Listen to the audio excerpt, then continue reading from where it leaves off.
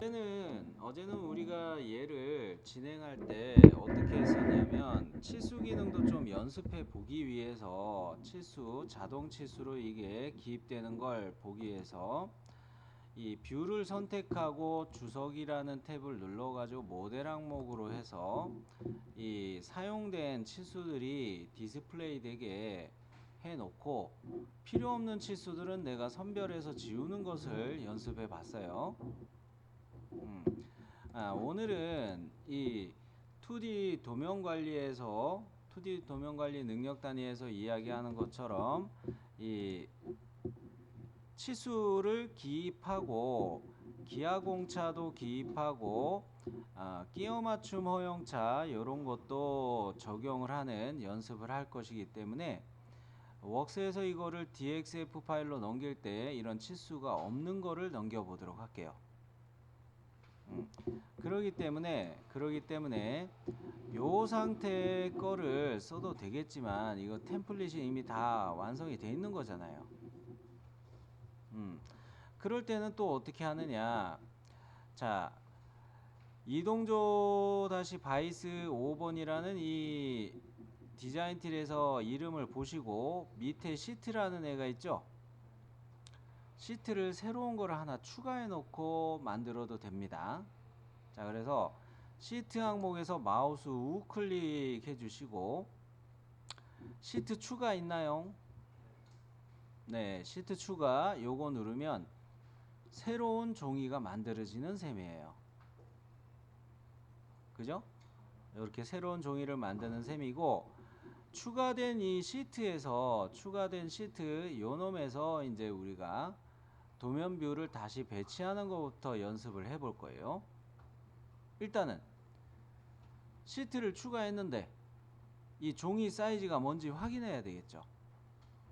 용지 사이즈를 확인하려면 뭐로 들어가야 되나요? 그렇죠. 시트의 속성이죠. 시트의 속성 들어가서 얘가 배율이 1대1로 돼 있고 삼각법 돼 있고 사용자 정의 시트 크기를 봤더니 가로가 420, 세로가 297. 이게 뭐예요? 무슨 용지예요? 그렇죠. A3 용지예요. 확인 누르시고. 자, 우리는 도면 템플릿 없고 단지 도면 뷰들을 배치해 놓고 단면도법이나 뭐 투상법에서 필요한 형상만 작업해 놓고 넘기려고 하는 겁니다. 자, 그러면 요 상태에서 우측에 보면은 뷰 팔레트를 열어서 보이시죠? 이 설계 라이브러리 밑에 파일 탐색기가 있고 뷰 팔레트라는 버튼이 있는데 뷰 팔레트라는 버튼을 눌렀을 때 파트 이름 02 이동조 바이스 05 요거는 있는데 그 옆에 보면은 점점점이라는 버튼이 있어서 요걸로 도면 작업을 할 파트 파일을 찾아주는 경로 찾아주는 버튼이 있고 그 옆에 보면은 세로 거침이라는 또 버튼이 있어요. 찾았나요? 네, 이 세로 거침을 눌러 보세요. 그러면 도면 뷰가 쫙 나오죠.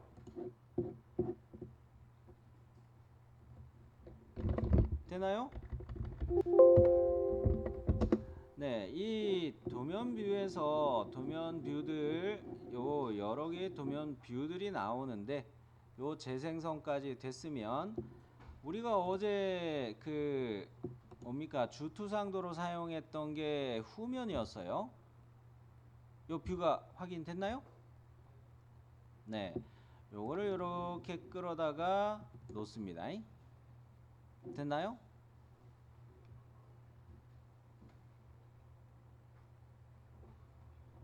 신영씨 오케이? 네. 자, 그러면 이 뷰를 갖다 놨을 때 투상도 기능 때문에 마우스 커서를 움직이면 추가로 투상도를 더 배치할 수 있게 돼요. 확인하고 종료하시라 했어요. 그죠? 확인 종료. 자, 이렇게 투상 뷰를 주투상도 하나를 배치해 놨다. 그러면은 어제 말씀드린 두 가지 작업 뭐 해야 되나요? 그렇죠. 시트의 속성 가가지고 배율이 1대1로 맞춰져 있는지 문제 없죠? 자, 두 번째는 뭔가요, 신영씨? 접선 숨기기. 그거 할 때는 이제 뷰를 클릭하고 하시라고 그랬죠? 그죠? 뷰를 클릭하고 마우스 우클릭해서 접선 항목에 접선 숨기기 찾았나요? 그 다음에 이걸 하다가 나중에 하나 더 추가하는 거를 이야기를 했어요. 요 뷰 속성에서 스크롤 내리시면은 나사산이 이상하게 표시되는 경우 있었죠? 그것 때문에 뭐를 추가로 해달라고 했나요? 나사산 표시 고품질이었어요. 찾으셨죠? 자, 요렇게 해놓고 확인. 자, 이렇게 모체 뷰를 하나 갖다 놓으면 시트 배율과 접선 숨기기와 나사산 표시 고품질 이렇게 세 가지 항목을 언제나 잊지 말고 먼저 해두세요. 그러면서 어제 주석을 사용해 봤으니까 여러분이 이해를 하셨을 텐데, 주석에서 우리는 중심선 요 기능만 썼어요. 그러면서 제가 무슨 이야기를 했나요? 중심 표시는 CAD로 넘겼을 때 CAD에서 세 가지 명령어 절차를 이용해서 편집을 해야 되기 때문에 너무 번거로워진다라고 이야기했어요. 그러기 때문에 중심 마크를 지우시라 이야기했죠. 어떻게 셀렉트 합니까? 제가 윈도우로 이렇게, 그렇죠, 윈도우로 이렇게 드래그하면 뷰가 셀렉트 되는 게 아니라 중심 마크들이 선택이 돼요. 그러고 지워주세요. 자, 그러면 요거에서 어제 우리가 본 거는 뭐를 먼저 했나요? 처음에 한 것은 온단면도를 우리가 작업해야 되겠다 싶어 가지고 온단면도 작업을 했죠. 온단면도 작업을 왜 해야 되겠어요? 투상도를 배치하려고 생각을 하니까 우측면도에서는 이 구멍 형상들이 단면도로 도시되어서 표시하는 게 좋겠다라는 거였죠. 그래서 여기 우측면도에다가 온 단면도로 배치하기를 했었죠. 그럴 때 웍스에서 이거를 사용하는 거는 뷰 레이아웃에서 단면도로 갈 때 절단선의 방향은 수평이었나요? 수직이었나요? 수직이었어요. 네, 해봅시다. 절단선 방향 수직으로 맞춰놓고 모서리의 중간점 피드백 잘 보세요. 중간점 요거 떴죠? 요거 떴을 때 클릭하시고, 그 다음에 요 빠른 창에서 실행창에서 뭐를 선택하시면 돼요? 바로 확인 버튼 누르시면 돼요. 그래요. 확인 버튼 누르시고 화살 표식을 보면서, 지시 화살표 표식을 보면서 온단면도가 어느 쪽에 배치돼야 된다 했어요? 오른쪽. 그래요. 이 지시 화살표와 온단면도가 배치된 이 투상도의 방향이 일치하지 않으면 이거 자체도 실격이라 했어요. 아시겠죠? 그러면 우리는 이 온단면도를 표시했는데, 지시 기호가 제 거는 대문자 D로 표시되어 있어요. 보이나요? 여러분도 좀 다른 거로 라벨이 들어갔겠죠? 그죠? 그럴 때 우리가 고쳐야 되는 거는, 라벨을 상세도 할 때도 이야기했지만 여기에 단면도 속성을 보시면 라벨 입력할 수가 있어요. 얘를 D가 아니라 우리는 뭐로 고쳐서 입력하시면 되겠어요? 대문자 A. 그렇죠. 요거로 바꿔서 써주세요. A 라이브러리를 이미 사용 중입니다. 이렇게 뜨죠. 시트가 하나가 있는 게 아니라 두 개의 시트가 있어서 그래요. 그러면 여기에다가 얘를 A-로 구분을 좀 해줍시다. A-로 구분을 해줍시다. 다시는 뭡니까? 어느 쪽에 있냐면 키보드에서 따옴표로 가볼까? 아니 따옴표.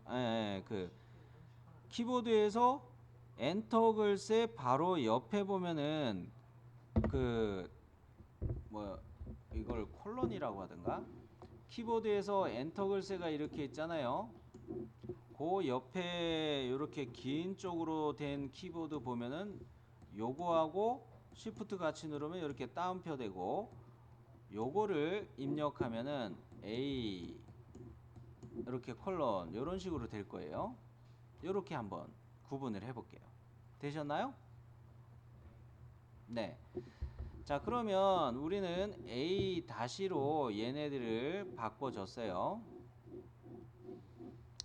자, 그러면 단면도의 주소도 보시면 요거 개별 주소로 사용할 것인데, 은근슬쩍 일반 주소와 개별 주소라는 것을 구분해서 이야기하고 있습니다.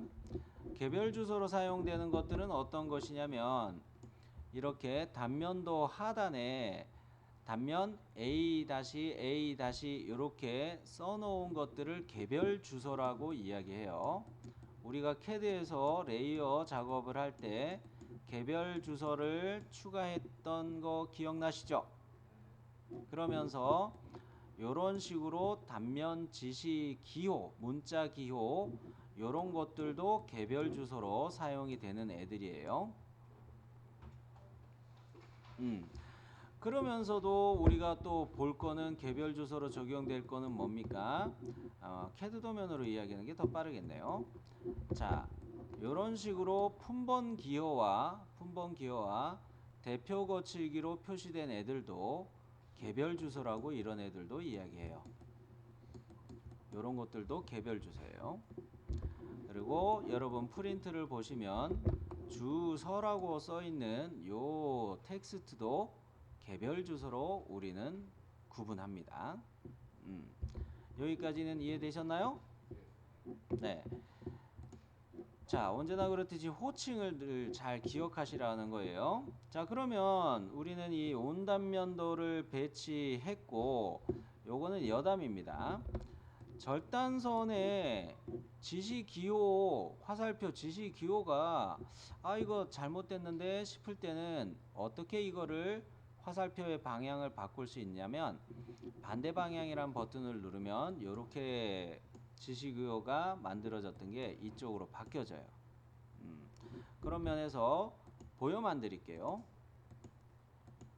이런 식으로 해당 단면도도 바뀌어지죠? 요거를 기억해 주시고요. 자, 그러면 우리는 이 온단면도를 추가하는 것까지 한번 복습해 봤고, 이 밑에다가 하나의 도면뷰를 더 추가했었죠. 요 추가할 때는 이 모체뷰를 클릭해서 무슨 기능으로 추가했나요? 투상도 기능을 이용해서 추가했죠. 투상도 기능은 아이콘이 요런 식으로 생겼던 아이콘이었죠. 그죠? 요 모체뷰를 셀렉트하고 선택하고 요 기능 아이콘을 눌러서 저면도 위치에다가 배치해 줄게요. 자, 이렇게 배치했어요. 투상도 기능을 썼을 때는 이게 다른 투상도를 계속적으로 배치할 수가 있기 때문에 반드시 확인 버튼 누르시고요. 자, 그러면 요것도 중심 마크가 하나 생겼으니까 중심 마크도 좀 없애주시고, 그러면 여기서 우리가 또 봐줘야 될 거는 저면도에다가 이 구멍에 대해서 단면으로 표시를 해주려고 했어요. 그러기 때문에 우리는 이거를 부분 단면으로 이렇게 스케치 할 거란 말이죠. 뷰를 선택하고 부분 단면을 갈 거예요. 축하고 다르게 어제 우리가 이 절단선이 이렇게 가게 치수를 먼저 확인해야 된다 그랬죠. 그러려면은 이럴 때 모체뷰에서 지능형 치수로 해가지고 바닥에 있는 모서리선 클릭하고 이 원통 모서리 요거 클릭해서 이렇게 치수를 내가 확인할 수도 있겠죠. 13이네요. 아, 그러면은 부분 단면 할 때 내가 단면의 깊이 값을 13으로 가면 되는구나. 요걸 미리 확인한 거예요. 자, 그러면 부분 단면을 작업하기 위해서는 선제 조건으로 지금 뭘 해야 되는 거예요? 뷰를 셀렉트하고 스케치 들어가서 자유곡선으로 회곡선을 그려줘야 돼요. 그죠? 자, 자유곡선으로 회곡선을 그려줍니다. 자, 요래.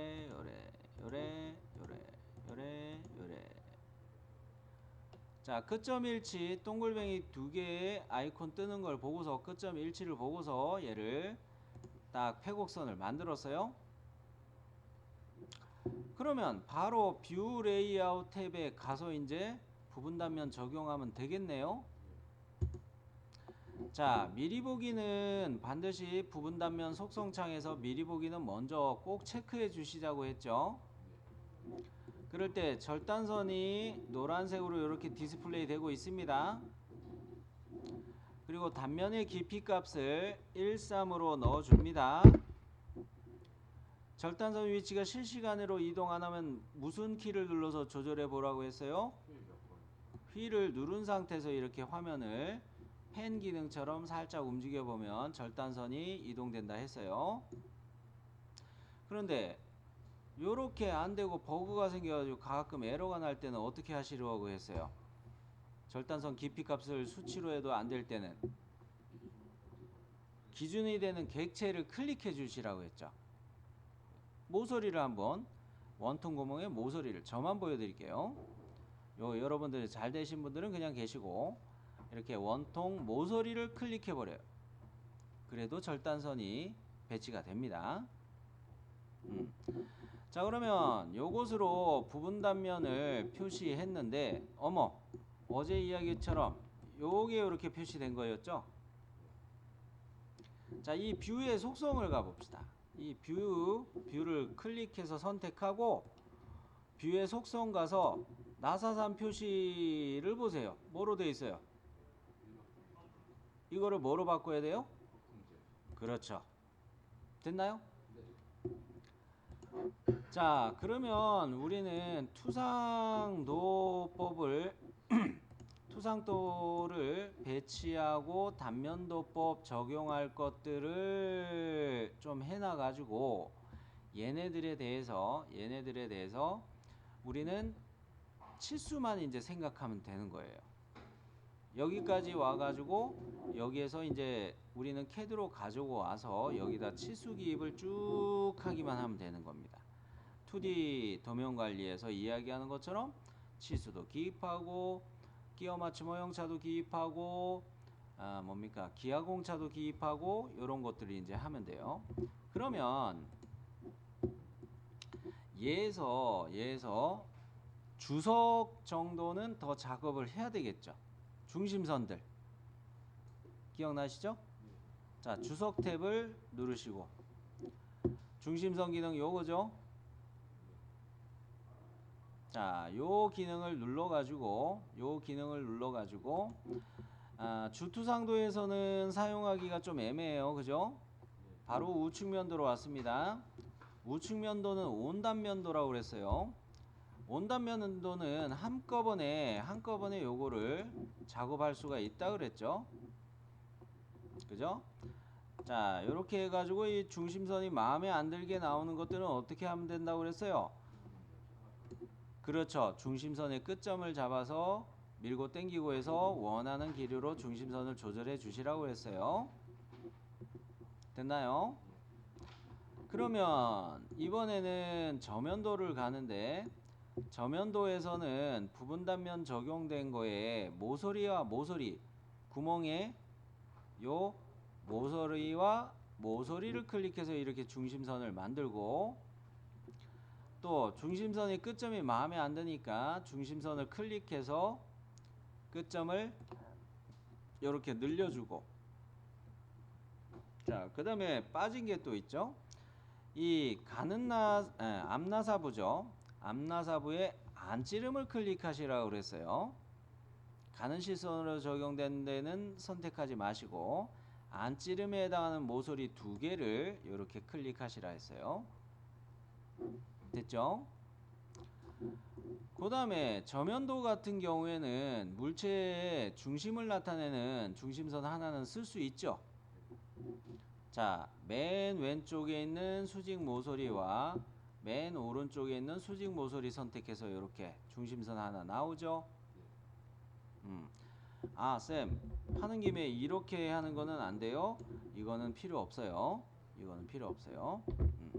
자, 그러면 여기까지 해가지고 중심선 기능들을 시트, 추가된 시트에다가 요거를 만들었어요. 여기까지 되셨죠? 자, 세이브 한번 눌러주시고, 어제 요거를 DXF로 다른 이름 저장한다고 그랬죠? 오토캐드와 호환을 위해서. 자, 다른 이름으로 저장 요렇게 가시고, 얘에서 파일 형식을 뭐로 바꾼다고요? DXF. 네, 요렇게 바꾸시고, 어제 연습한 게 있기 때문에 DXF 파일이 하나 더 있을 거예요. 기존에 하나 있을 거예요. 그거 구분하려면 문자 앞에다가 파일명 제일 앞에다 0 하나만 더 추가할게요. 002 테이콤 옛날 사람. 자, 이렇게 빵 하나만 더 추가하면 되죠. 파일명을 구분하기 위해서예요. 자, 그러면 요것으로 저장을 딱 DXF로 변환해서 저장을 했습니다. 이제 CAD로 갈까요? 자, CAD에서는 여러분이 어떤 그 도면 템플릿을 작업해 놓은 거 하나, A3로 작업해 놓은 거 하나 가져다 놓으시기를 바래요. 아니면은 그동안 한 것 중에 그 뭡니까 5번 해가지고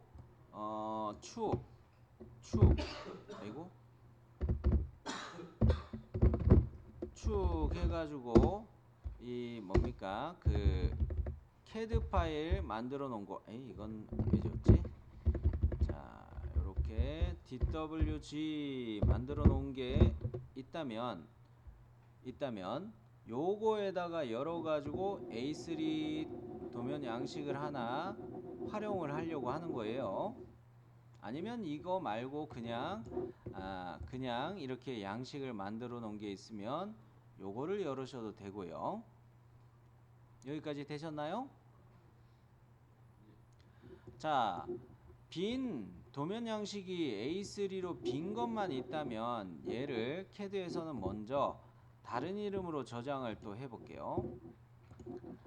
얘를 어차피 뭐 종합적으로 한다고 생각을 하자면 뭐 축을 갖다가 열어놓고 다른 이름을 저장을 해도 되겠고, 도면 템플릿이 미리 작업해뒀던 축을 못 찾게 쓰시면 요것을 다른 이름으로 저장을 할게요. 양식 파일을 다른 이름으로 저장을 해버리자는 이야기예요.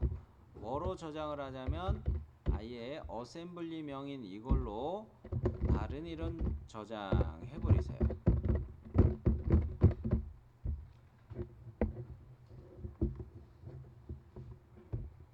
됐나요? 거기 안에는 나중에 그 필요하신 분들은 축 부품도 작업하던 것도 카피해서 컨트롤 C에서 컨트롤 V 해가지고 부품들을 아예 복사해서 붙여 넣으세요.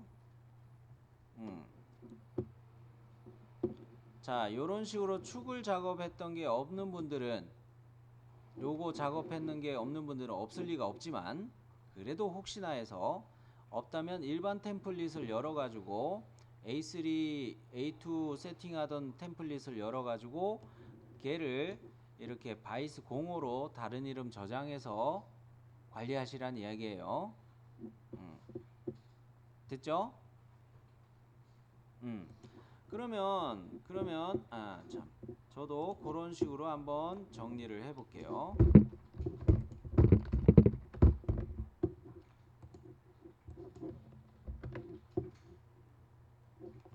단표도 카피가 됐네.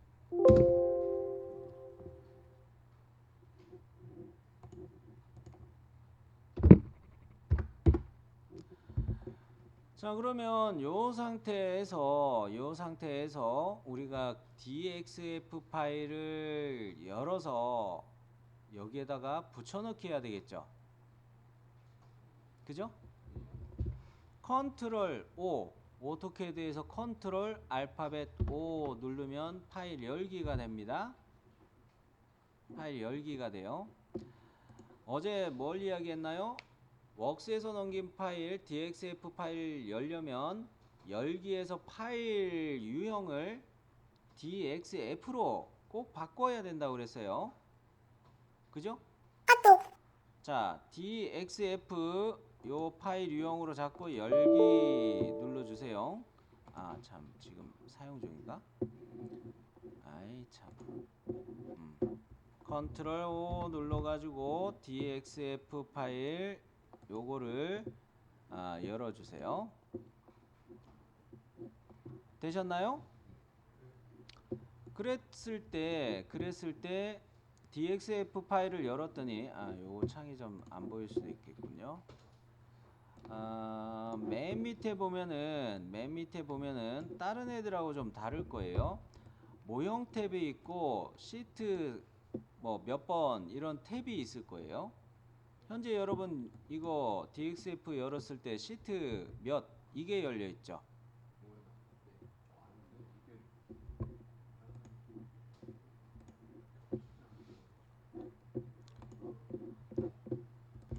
자, 이렇게 시트 탭과 모형 탭으로 여러분 거는 나눠져 있을 겁니다. 모형 탭에 있는 거는 뭡니까? 어제 도면 양식하고 그 템플릿하고 치수 기능 연습한 것까지 다 들어가 있는 거죠. 시트 탭에 있는 건 뭐예요? 방금 시트 추가해 가지고 웍스에서 추가해 가지고 한 객체들이 여기 들어가 있는 거죠. 자, 그러면 어제 주의사항으로 말씀드린 게 뭐였습니까? DXF 파일의 객체를 이렇게 셀렉트하고 선택하고 난 다음에 이거를 컨트롤 C 한 다음에 뭐 하라고 했어요? DXF 창은 닫아 주시라고 꼭 그랬어요. 네. 이거 열어놓은 상태에서 캐드 작업하다가 캐드에서 도면 작업을 하다가 보니까 이거 웍스에서 잘못 넘겨온 게 있네 하고 웍스에서 다시 2D 드로잉 파일로 가가지고 그거를 변경해 가지고 DXF로 넘기려고 하는데 저장할 수 없습니다. 그런 문제가 뜬다고 그랬죠. 이거 주의하시라고 그랬어요. 자, 그러면 해봅니다. 이 객체들을 크로스로 이렇게 저는 셀렉트 해요. 컨트롤 C 해도 되고 컨트롤 X 눌러도 돼요.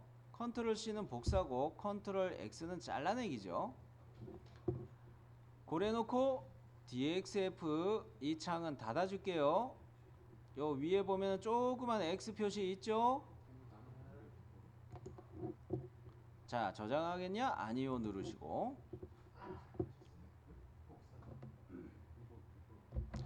그 다음에 컨트롤 V 누르는데 어디로 갖다 놓냐면 도면 양식 안에다 넣지 마세요. 안에 넣지 마세요. 어떻게 할 거냐면 바깥에 놓을게요. 바깥에. 자, 그러면 여기에서 우리가 DXF 파일로 이렇게 넘겨왔는데 DXF 파일을 도면 템플릿이 있는 CAD 파일로 가져왔는데 이때 작업해야 될 것이 뭐 4가지인가 그렇게 체크해야 될 포인트가 있다고 그랬죠. 일단 이거 할 때 뭐부터 해야 돼요? 객체를 전부 다 선택해 줘야 되죠. 선택하고 뭐로 들어간다고요? 컨트롤 1 특성창. 그죠? 여기서 뭘 바꿔야 돼요? 색상을 바이레이어. 그래요. 스크롤을 더 올리면 바이레이어 있어요. 제일 위에 바이블록만 있다고 놀라지 말고 스크롤을 한번 더 올리면 바이레이어 있어요. 또 도면층은 뭐로 바꾸시라고 했어요? 외형선. 선 종류는요? 바이레이어. 그래요. 선 가중치 요거에서 어제 이야기하다가 제가 그 엄한 거로 이야기했던 거죠. 선 가중치를 역시 바이레이어. 좋아요. 자, 이렇게 색상과 도면층, 선 가중치, 선 종류 이렇게 네 가지 항목을 특성창에서 반드시 바꿔놓고 가세요. 제발 잊지 말고 요거부터 하세요. DXF 넘긴 거를. 자, 그러면 여기까지 됐으면 이제 ESC 누르고 특성창도 이제 닫아도 되겠어요. 자, 그러면 여기에서 그 좀 재미난 거를 보도록 합시다. 재미난 거를 보도록 할 텐데 단계 접근은 좀 있으니까 딴 거를 좀 지워 놓고 볼게요. 자, 이 도면 세팅을 할 때, 이 양식을 가지고 도면 세팅을 할 때 치수 설정을 하면서 문자 스타일도 지정을 했죠. 네. 그런데 문자 설정을 할 때 우리는 그 문자 스타일을 스탠다드로 해놔가지고 ISO CP니 뭐 WHG TXT니 그렇게 설정했던 게 있죠.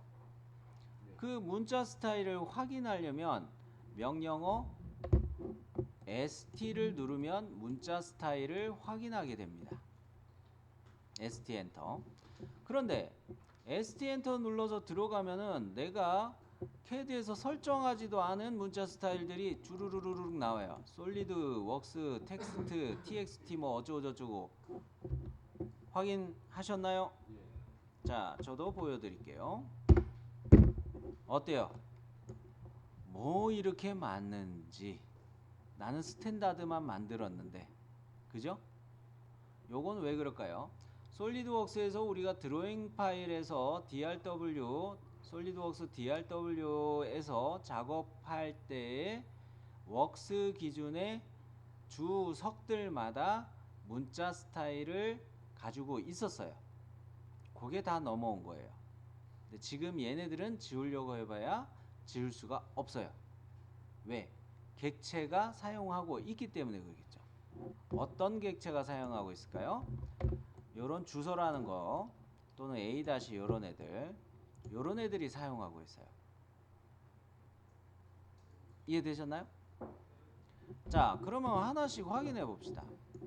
단면 A를 클릭하고 특성창 한번 가보세요. 특성창을 가봤더니 문자 항목에서 스타일이 스탠다드가 아닌 뭐로 돼 있어요? 그렇죠. 솔리드 txt 뭐 스타일 뭐 4번 이렇게 정해져 있죠. 얘를 스탠다드로 바꾸세요.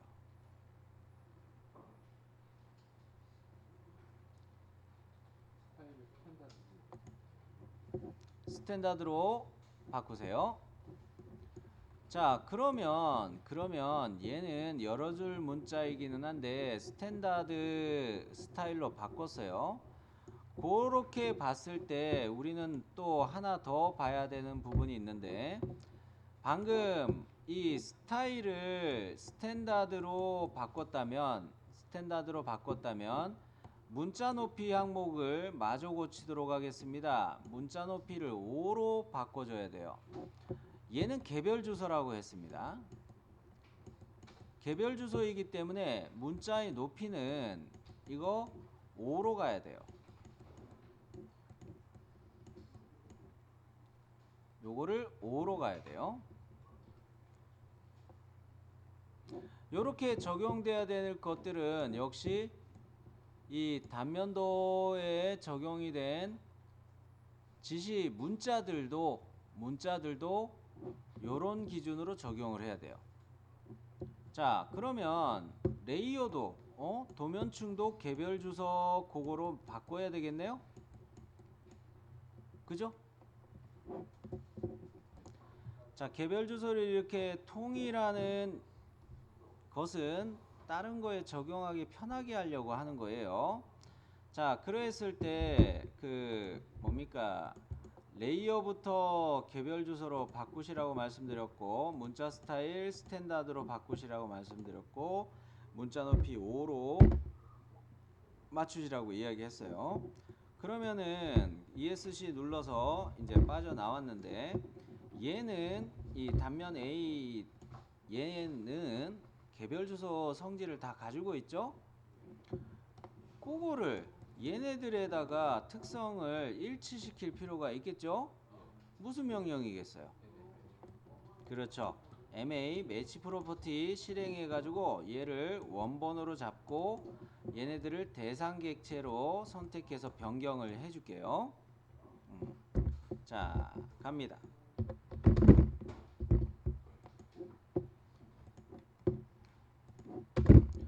여기까지 됐나요?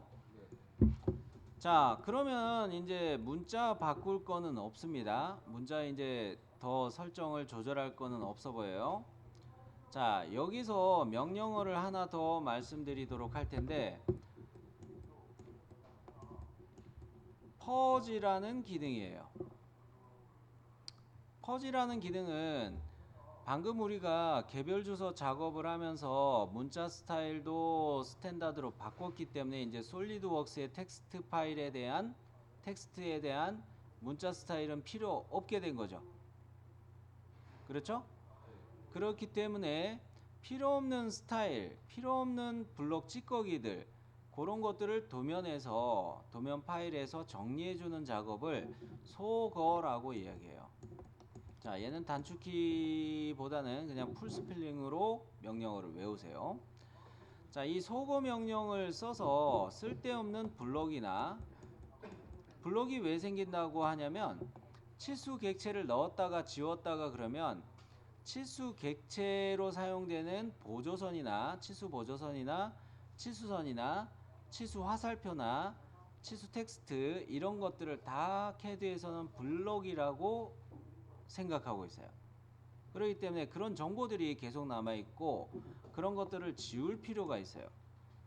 또 쓸데없는 문자 스타일 이런 것들 또 생기고, 그 다음에 안 쓰는 레이어 이런 것들도 지워줄 수가 있어요. 또 외부에서 사용했다가 가져왔던 그림 파일들 캐드에다가 붙여 넣을 수도 있는데, 그런 외부 파일에 대한 정보들, 엑셀 파일하고 링크했던 정보들 이런 것들 때문에 자동 저장할 때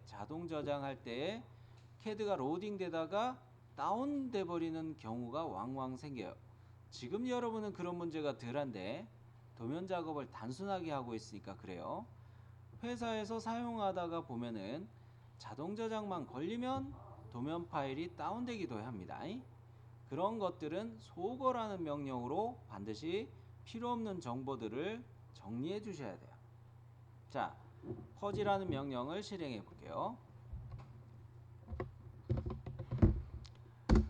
자, 퍼지를 실행했더니 소거할 수 있는 항목 표시에 체크가 돼 있나요? 자, 그러면 여기에서 보면은 문자 스타일이 이렇게 솔리드웍스 스타일이 이렇게 몇 개가 나와서요. 지울 수 있는 것으로 이렇게 표시되어 있습니다. 그죠? 자, 여기서 모두 소거를 한번 눌러 볼게요. 그냥 소거는 하나씩 거니까 되게 귀찮아요. 모두 소거를 눌러 볼게요. 그렇다고 싸그리 날아가는 건 아닙니다. 단계별로 물어보는 거를 해요.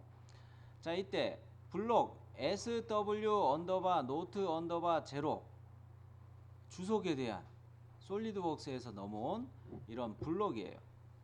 소거, 이 항목 소거를 누르면 다음 단계로 넘어갑니다.